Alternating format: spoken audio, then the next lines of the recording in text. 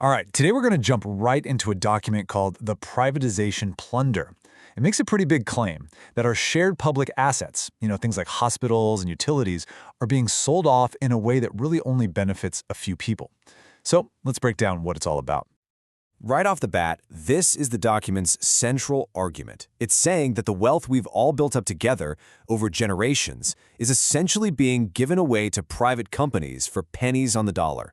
This one sentence really sets the whole tone for what we're about to explore. And just so we're all on the same page, let's talk about what public assets actually means according to this source. We're not talking about something abstract here. We're talking about real, tangible things. The hospitals we go to, the land our towns are built on, the utilities that keep our lights on. The document argues this is our shared wealth, and it's at the very center of this whole debate.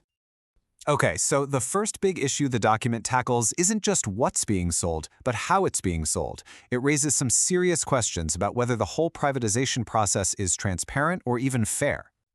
This gets to the heart of it, right? When the government decides to hand over, say, a public utility, how exactly is the private company that gets the contract chosen? Is it a fair fight, an open competition? And yeah, the answer the document gives is, well, it's pretty blunt. It claims the whole process is often hidden from public view, that there's no real competitive bidding. And this, it argues, ends up creating sweetheart deals for businesses with political connections. The source even uses a pretty loaded word for it: cronyism. And this really gets to the core principle the authors are pushing. They're saying transparency isn't just a nice to have, it's a fundamental right. Since citizens are the real owners of these assets, they should know exactly what's being sold, who's buying it, and for how much. So we've talked about the process. Now let's shift gears and talk about the people, because the document's second big point is all about the real-world consequences, the actual human impact that these policies supposedly have on everyday life. What's really crucial here is how this allegedly hits people from two different sides. For government workers, the document paints a picture of job losses or being rehired on shaky contracts with no security and no benefits.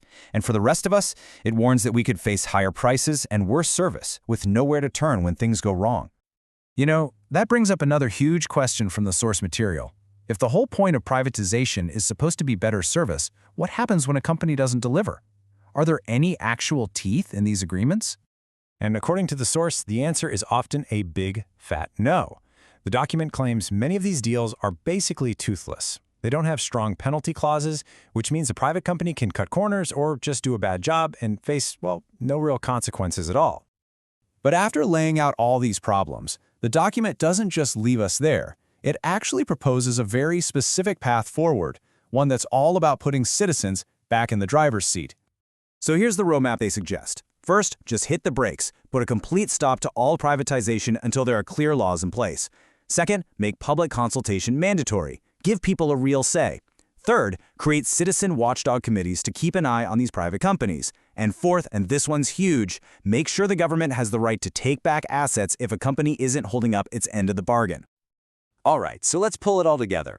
After looking at the process, the people, and the proposed solutions, what's the big takeaway from this document? What's the bottom line? It really all boils down to this. The source material presents this as more than just an economic policy.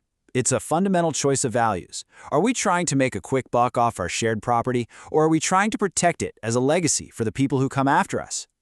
And that's really the final, powerful question the document leaves you with. It's asking us all to think about what public ownership really means.